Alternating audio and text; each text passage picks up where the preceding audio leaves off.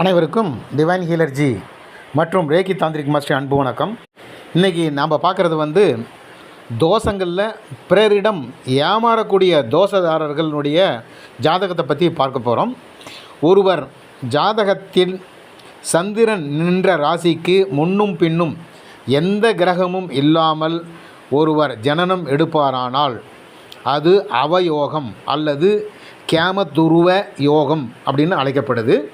இத்தகையோர் பலரால் ஏமாற்றப்படுவர். இந்த மாதிரியான அவயோகம் கொண்டு ஏன் பிறவிகள் உருவாகிறது அப்படின்னு ஒரு கேள்வி வருது. அவயோகம் அப்படின்றது சந்திரன் நிற்கக்கூடிய இடத்திற்கு முன்னும் பின்னும் எந்த கிரகங்களும் சுபகிரகங்களாகட்டும் அசுப கிரகங்களாகட்டும் எந்த கிரகங்களும் இல்லாமல் இருக்கிறது பேர் அவயோகம் அப்படின்னு பேர். ஒருவர் முற்பிறவியில் பலரை ஏமாற்றினால் இந்த பிறவியில் பலரிடம் ஏமாறுவராக பிறக்கிறார். இதுதான் அவயோக தோஷம் அப்படின்னு சொல்லி பேர். இதை நம்ம சித்த புருஷர்கள் ஆராய்ச்சி செஞ்சு நிறைய பேருடைய ஜாதகத்தை பார்த்து அதில் எப்படியெல்லாம் நடக்குது, இந்த மாதிரி இந்த சந்திரனுடைய முன்னும் பின்னும் எந்த ராசிகளும் இல்லாத போது என்ன நடக்குது, எந்த ராசிகளும் இல்லாத போது எத்தனை பேருக்கு நடக்குது, இதெல்லாம் ஆராய்ச்சி பண்ணி தான் இதெல்லாம் கண்டுபிடிக்கிறாங்க. இது ஏறக்குறைய 100% இல்லைன்னாலும் 99% சரியாக தான் இருக்குது. மகாபாரதத்தில் தர்மர் இந்த அவயோகத்தில் பிறந்த நாள் துரியோதனால் சூதாட்டத்தில் நாட்டை இழந்தார். துரியோதனால் ஏமாற்றப்பட்ட தர்மர் பகவான் கிருஷ்ணரை தஞ்சமடைந்தார்.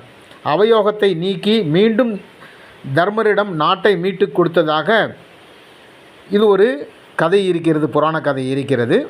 இதில் கிருஷ்ண பகவான் மனிதர்களுக்கு இந்த அவயோகத்தின் பிறவி வந்தால் என்ன செய்வது என்று ஒரு பரிகாரத்தையும் சொல்லியிருக்கிறார்.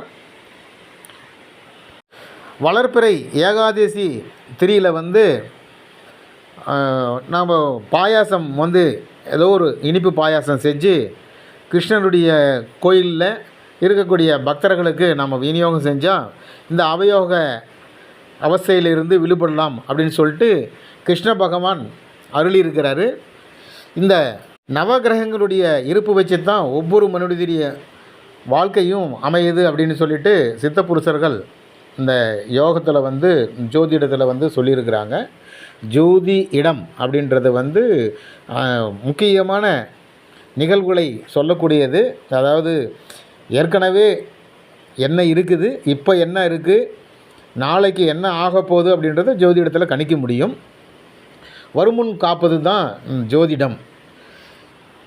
அதற்குரிய முறையான பரிகாரங்கள் செய்யும் பொழுது நாம் ஒரு சில தோஷங்கள்லேருந்து வெளிவர முடியும். நவகிரகங்களுடைய சாந்தி அப்படின்னு சொல்லிட்டு இருக்குது, அது சாந்தி காண்டம் அப்படின்னு சொல்லிட்டு இருக்குது. அதில் ஜோதிடத்தில் இந்த சாந்தி காண்டத்தை பரிகாரங்கள் செய்யும் பொழுது சாந்தி காண்டம் தீட்சை காண்டம் அப்படின்னு இருக்குது.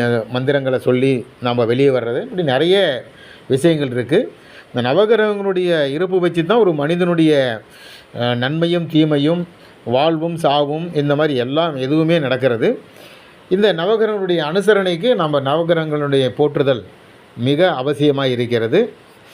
இந்த பதிவை இத்துடன் முடிவு செய்கிறோம். இந்த பதிவு பிடித்திருந்தால் சப்ஸ்கிரைப் மற்றும் ஷேர் செய்யவும். நன்றி, வணக்கம்.